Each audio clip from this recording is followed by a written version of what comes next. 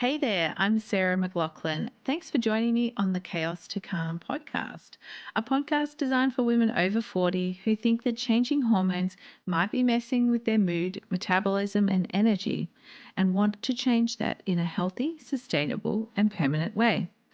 Each episode will explore topics related to health and wellness for women in their 40s, like what the heck is happening to your hormones, what to do about it with nutrition, lifestyle, and stress management, and inspiring conversations with guests sharing their insights and tips on how to live your best life in your 40s and beyond.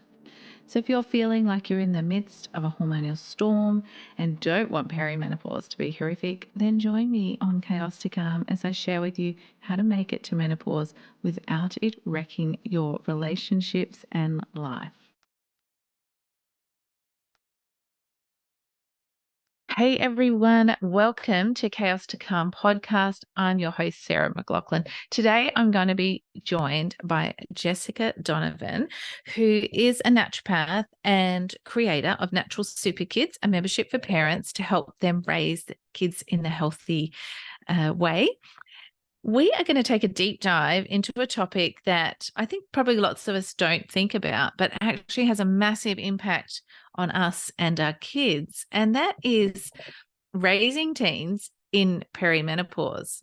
Now, what makes it different? Well, those teens going through puberty, we're also going through puberty, but in reverse. So we're going to have a deep dive into the dynamics that might bring up and how it feels, about our kids growing up, the emotions that surprise us, how we look after ourselves, how we look after our teens as well. So stay tuned because Jess is going to give us some great tips all around diet and nutrition for your teens to support puberty and their healthy hormone development. Thanks, Jess, for joining me today here on Chaos to Calm.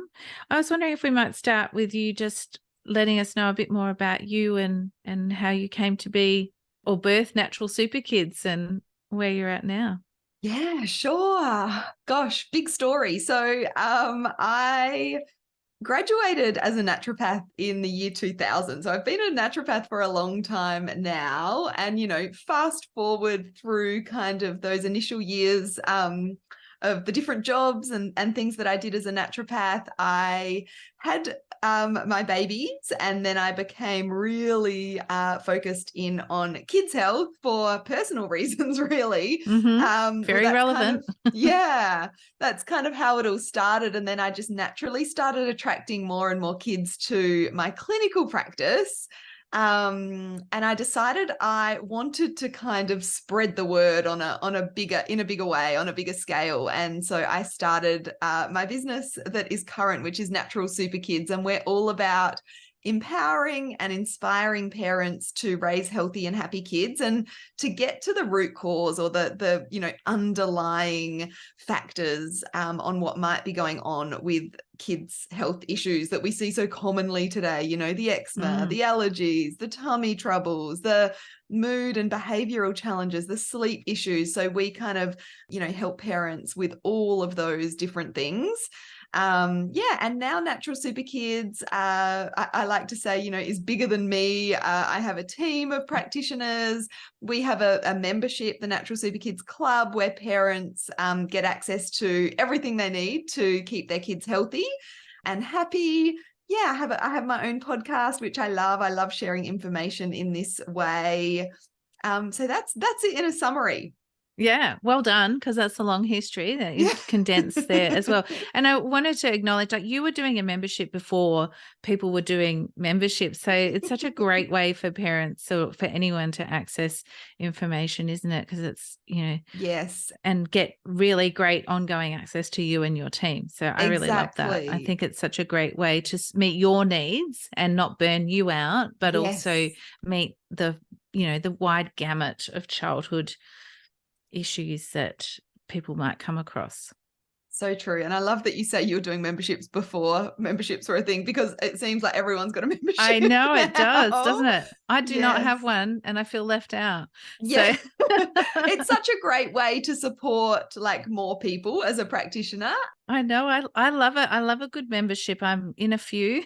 And like Mm. it is a really great way to get information and get what's relevant to you and take what you need from a really great resource library, which you've been doing yours for a while now. So I imagine it's really extensive, the Yes, resources that yes. parents have to draw from.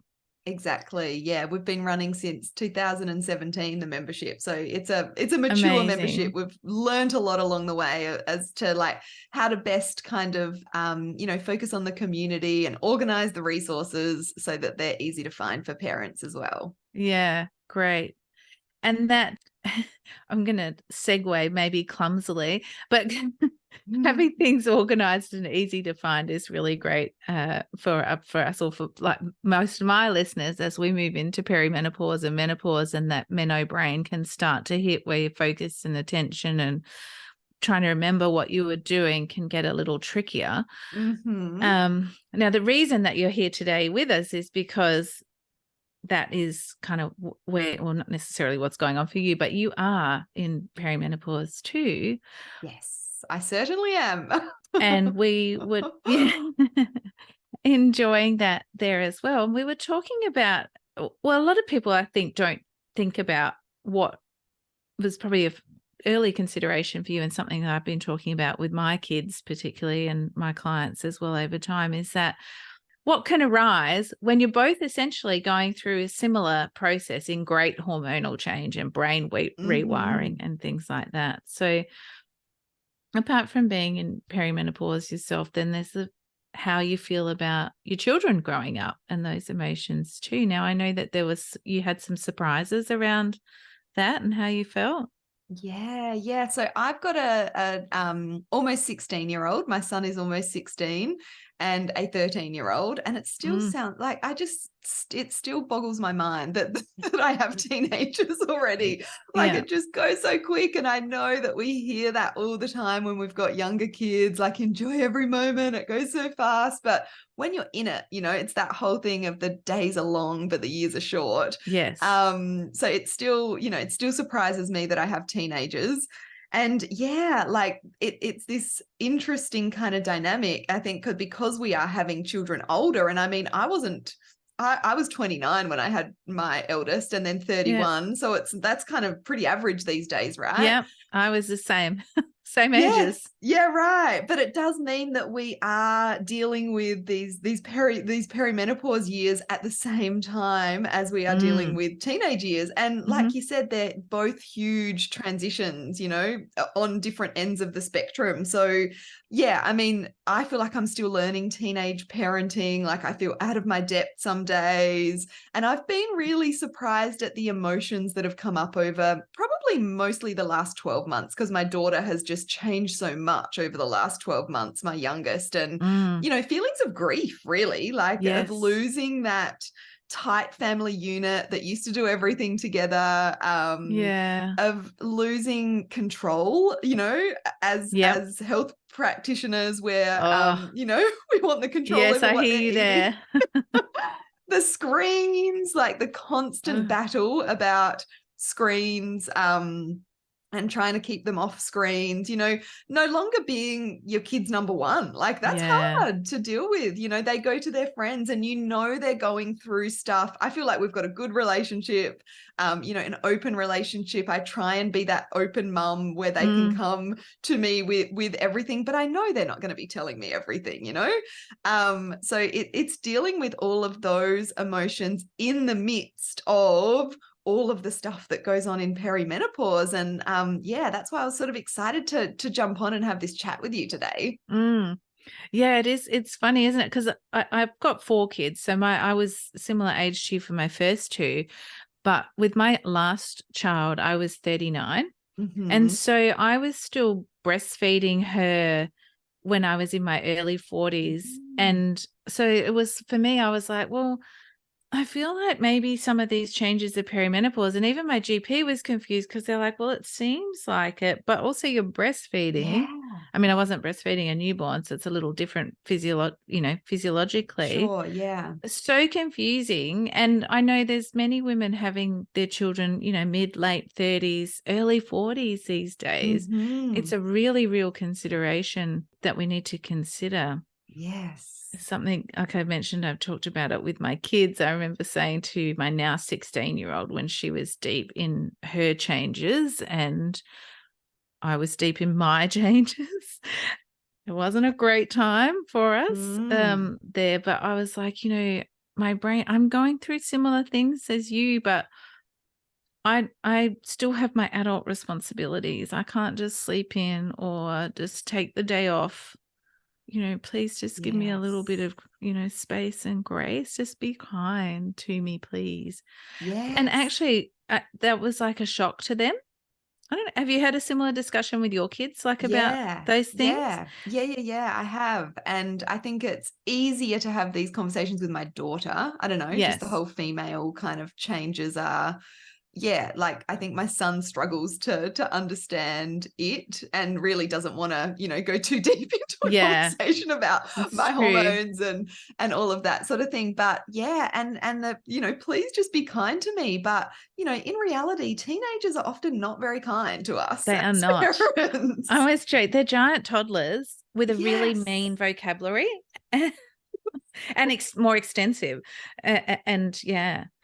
That's such a good analogy. And I was talking to my husband about how, why teenage parenting is so challenging. They have similar tendencies to toddlers, teenagers do. Yeah. They're, I don't know, like my teenagers are quite lazy. Like they used to be really helpful around the house. And now all of a Yes. sudden, oh God, I've got to wash the dishes. Why Yes. do I have to Oh, do this? Why do I have to do everything around here? Why don't you do anything around here, mum?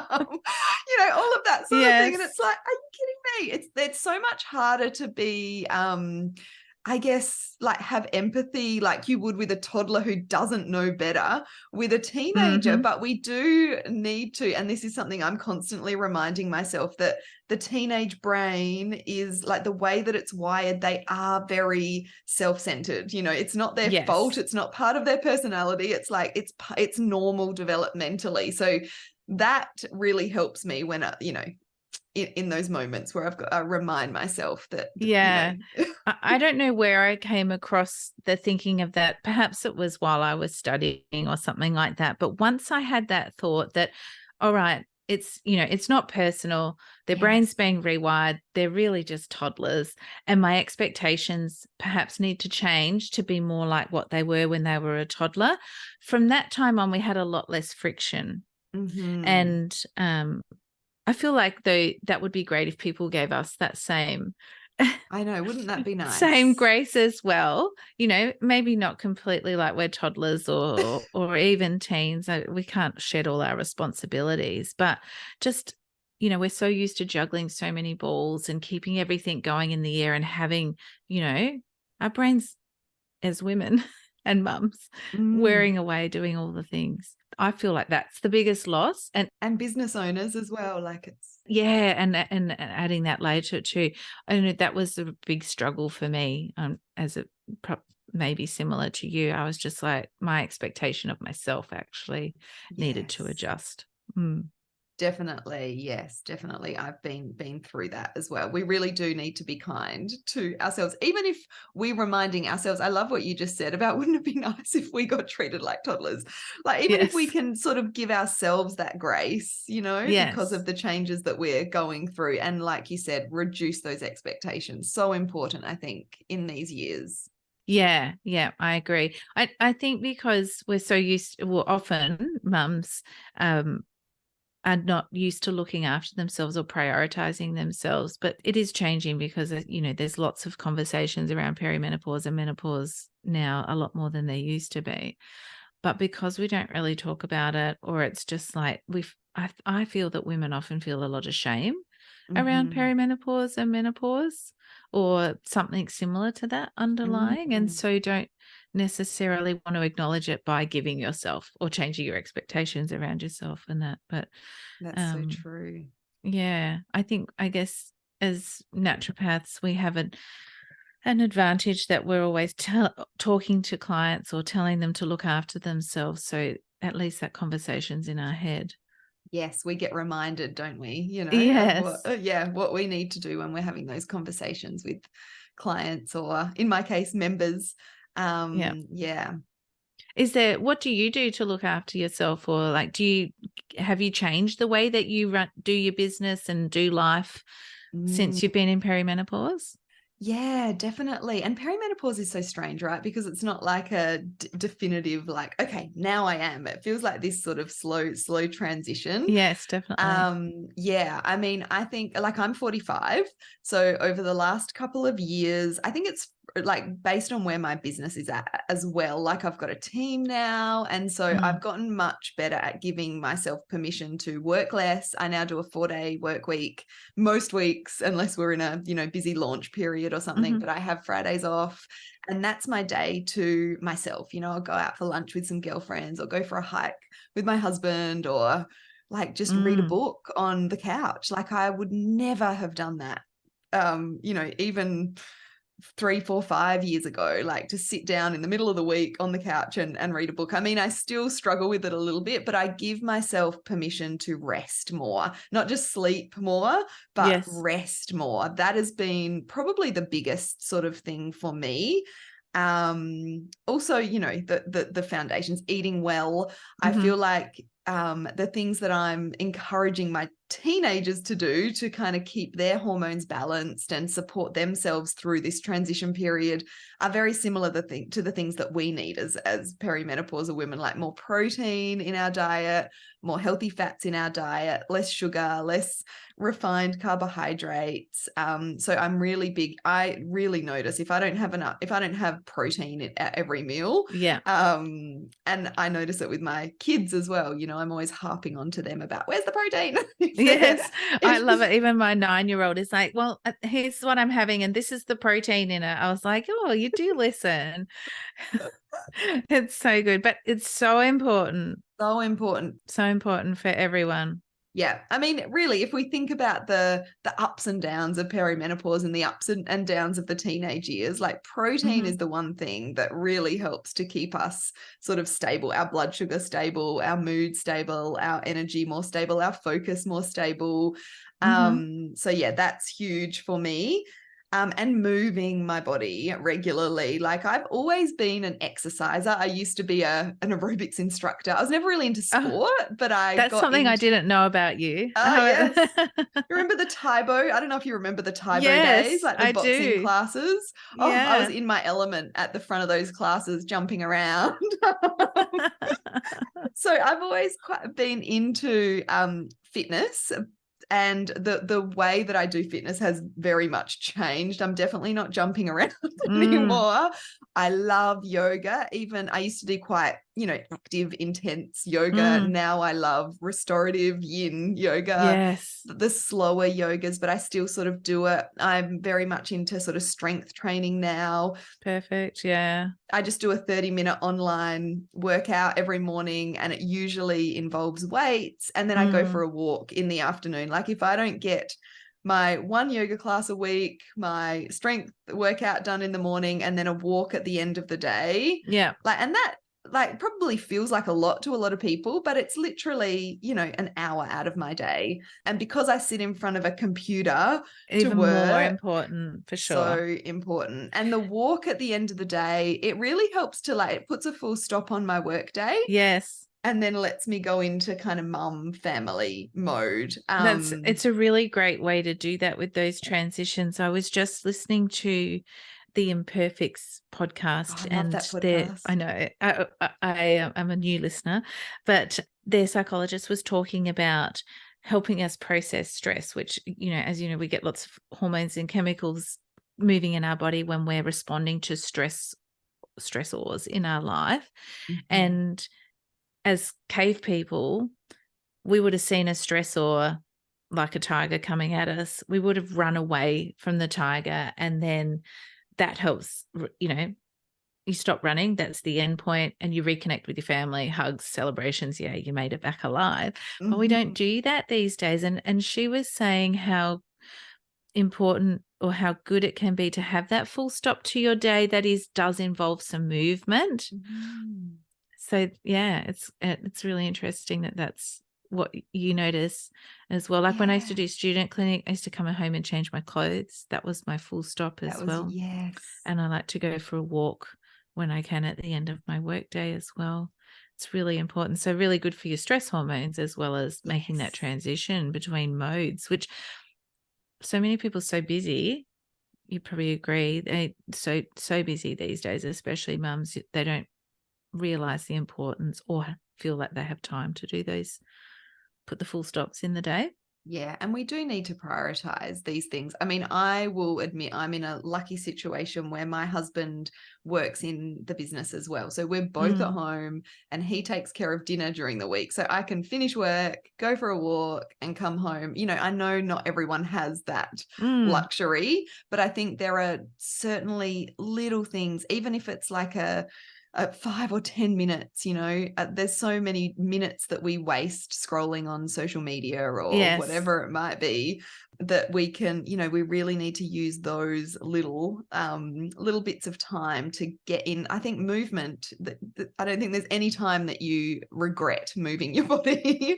Yeah, that's true. Even if it's a dance or something, like that's the thing, like Yes. pop a track on and have a dance in the kitchen, you know, or wherever. It doesn't have to be a big investment of time or a Exactly. grand gest or grand event or affair. So I think that's good to remember that as well. Yes, I love Self-care that. doesn't necessarily have to just be those big things. Of course, I love a good facial and a massage too, and I regularly have those as part of my self-care toolkit, but it's those daily habits and behaviors that are really important. It And really is. They trump any sort of, like day spa appointment, don't they? Because they're yeah. lovely, but we can't have them often enough to keep us in balance, No, well, right? and the sad reality too is, depending on the age of your kids, it might take you more effort to get everything organized to go off and do it. And then you get the onslaught when you get back as well. So Yes, I did want exactly. to touch on as well too, because you mentioned that, you know, you're in a position where you can, you know, your husband's there. And I just wanted to say that like my husband doesn't work in my business, but he is a tradie, so he finishes early. So often he'll come home and do the after school driving. We homeschool, so I don't know why I said after school. They do activities after school with other Yeah, kids yeah, as well. yeah. So he'll do that driving, or sometimes he'll cook. Like Mondays, he usually cook dinner while I'm with my clients late on Monday night. So I think it's about, you know, working towards what you can do or where you can find those ways to make things happen. And, you know, we've both taken it to another level and helped our business, designed our businesses around that so that we can do it.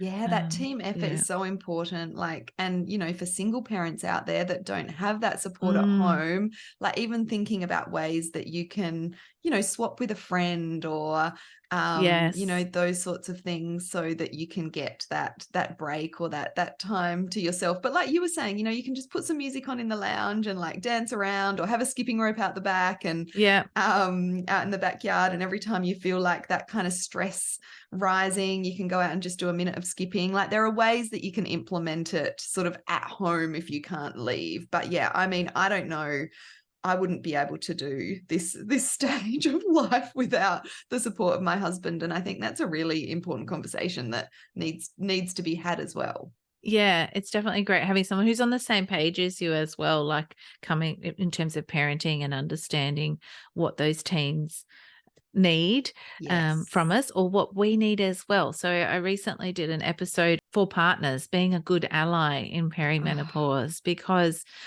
you know, often we get dismissed or diminished, or, you know, mm, and it's dismissed as, oh, it's just your hormones or whatever. But yeah, we can hold rational thoughts and have feelings or at the yeah. same time. Um, That's uh, right. Things just happen to be just, you know, heightened at certain times. For yes. me, anyway, like at certain times Yeah. of the month. It doesn't mean that it's that it needs to be dismissed or should be dismissed. It's like they can work sort of hand in hand, can't they? You Yeah, know, for sure. yeah. And so you mentioned before, Jess, a little bit about diet or what you like your kids to prioritize there. Do you have some other, and that was protein. And I think in the context of, I don't know about your teens, but when they get a job and they start to be able to buy their own food and stuff, even when they come from a naturopath home, Yes. it's confronting. Yes. But we can't control it. I can't change it. They have to explore and experiment too. And like my 16-year-old works for a fast food company, but doesn't eat their food after the initial experimentation decided they didn't like the impact on their skin or how they felt. So that's good. But so protein really important in the context of high carb and snacks and chips and all those soft drinks, the things that teens tend to gravitate towards. What other tips can you give the listeners for their parenting teens? Yeah, so I think you brought up a really good point. We do have to kind of pick our battles, and I like to focus on the things that I do have control over. So my son, he's a really keen mountain biker, which I love. Like, he's out in nature, riding his bike. He lives for it. That's what he sort of does in his spare time.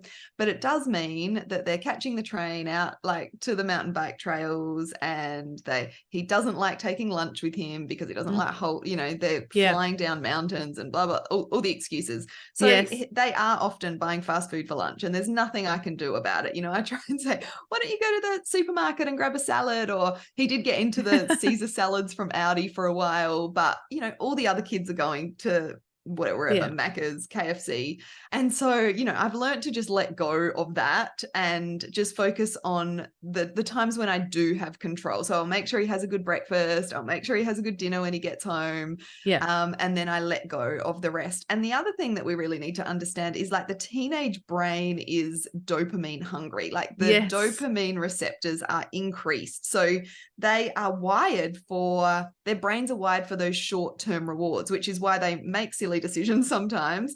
But junk food is another one of those things, as well as like social media, that give them those dopamine hits. So it's actually really hard physiologically for them to avoid, those sorts of foods. So I think that's important to understand. And the other thing, so as well as like the protein in the diet and just trying to keep sugar and refined carbohydrates down as much as possible, making sure that you've got good food that they can choose from. And like my son's now at a trade school, so he's working towards an apprenticeship, which is great. He's loving it there, but he's like refusing to take veggie sticks in a container, for example. It's not the vibe, mum, here at I can imagine. So I'm like, okay, that's fine, but I'm still going to cut you up veggie sticks, and you can have those when you get home from school. So we just find like workarounds. Sometimes they sit in the fridge for a few days and he doesn't, because I forget to remind him. He said to me yesterday, I baked this kind of coconut flour sultana cake, and he's like, can't you just make normal food? I'm like, well, what's normal food? He said, well, something in a packet. Gosh. So it does get really tricky, but I try and bake normal. Did you package it up then? Food. No, I just put it in a paper bag. I'm like, just deal with it. Just pretend. But then I'll mix that up with some, healthy-ish muesli bars, so I'll just try and keep him happy as much as possible, but then also add in the good stuff because he likes eating it. It's just I don't know what other people might say or how it looks. Well, I think that's the thing with being a teen too, isn't it? It's about figuring out where you fit in the world, and you kind of don't necessarily want to stand out and too far and be a target. So exactly. I have empathy, but also I would like it if they ate their vegetables. I know. My daughter will still take her vegetables, so I'm like holding on to that because she says actually a lot of girls in her year, she's in year 8, don't eat at all at school. And this is a trend with the girls that I'm seeing. So her group of friends sit down, they eat their lunch. So I'm just like, and she'll take her veggie sticks and that sort of thing. So it's just terrible, like the culture at schools. And then there's obviously canteens that stock a lot of rubbish as well. So focusing on what you can get in, and I like to focus on like what we can add in rather than like don't have this and don't have that. Yes, me too. Yeah. It's much easier when you're adding and it crowds out the other stuff, but it doesn't trigger that inner child to say you can't tell me what to do, or exactly, don't tell me I can't eat that. I'm just going to do it more. And we do lose that control over, you know, as Yeah. kids get older. But there's also a few nutrients that I really like to focus on in the teen years. Mm. And the great thing about these nutrients is that they are like beneficial for both males and females as they're kind of going through those Great. puberty changes. Yeah. So magnesium is the Mm-hmm. first one. Mm-hmm. And, you know, magnesium is so great for, I'm sure you've talked about magnesium on this podcast Well, I before. haven't actually yet Ah. talked about a specific nutrient, but yeah, that's across the ages. As I always say to my clients, I haven't met a person yet who would not benefit from some magnesium in their life.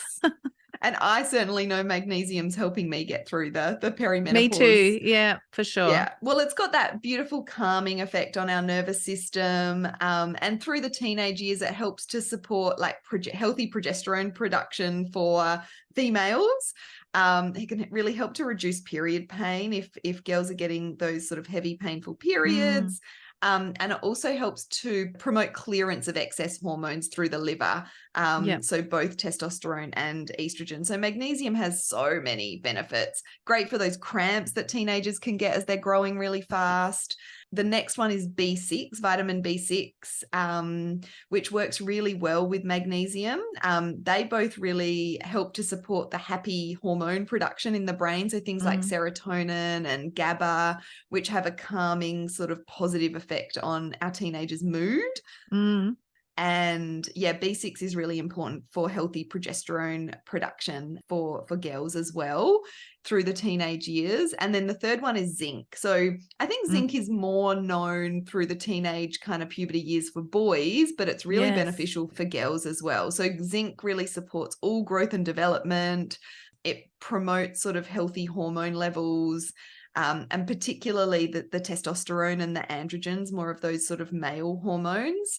And zinc's really great for a healthy mood and really good for skin as well. So any teenagers that are, struggling with skin issues and acne, zinc can be a really good one. So I love the combination of magnesium, B6 and zinc. And I give those all together in one tablet to my kids, so it's nice and easy. Because that's the other thing, right? Like getting compliance can be tricky. Yeah, it has to be really easy, and I always try to choose the path of least resistance.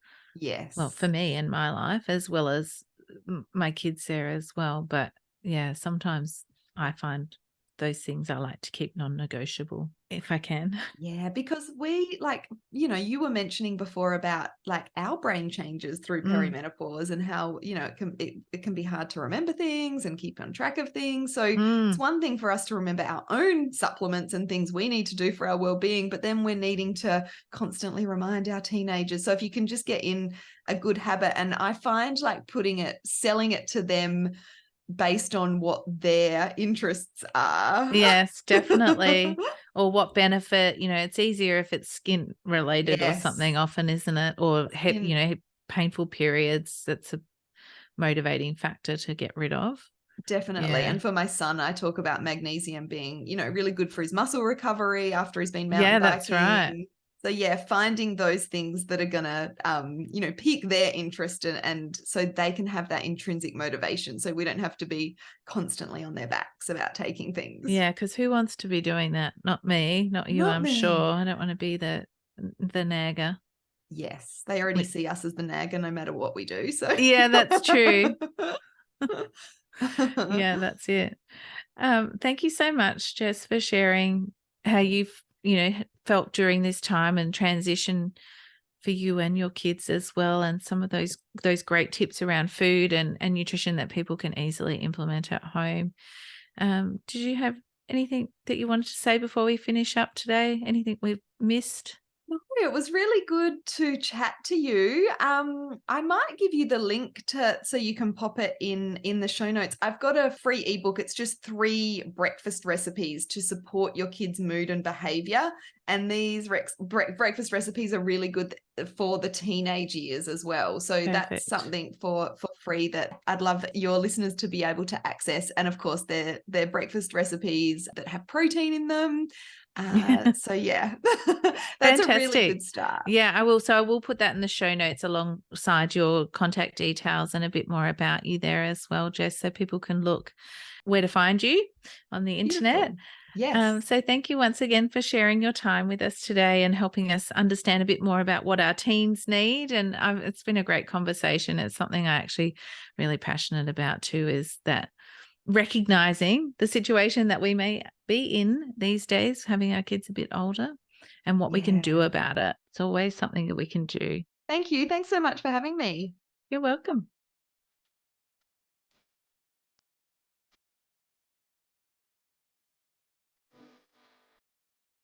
It's really common for women over 40 to experience the chaos of changing hormones, mood, metabolism, and energy.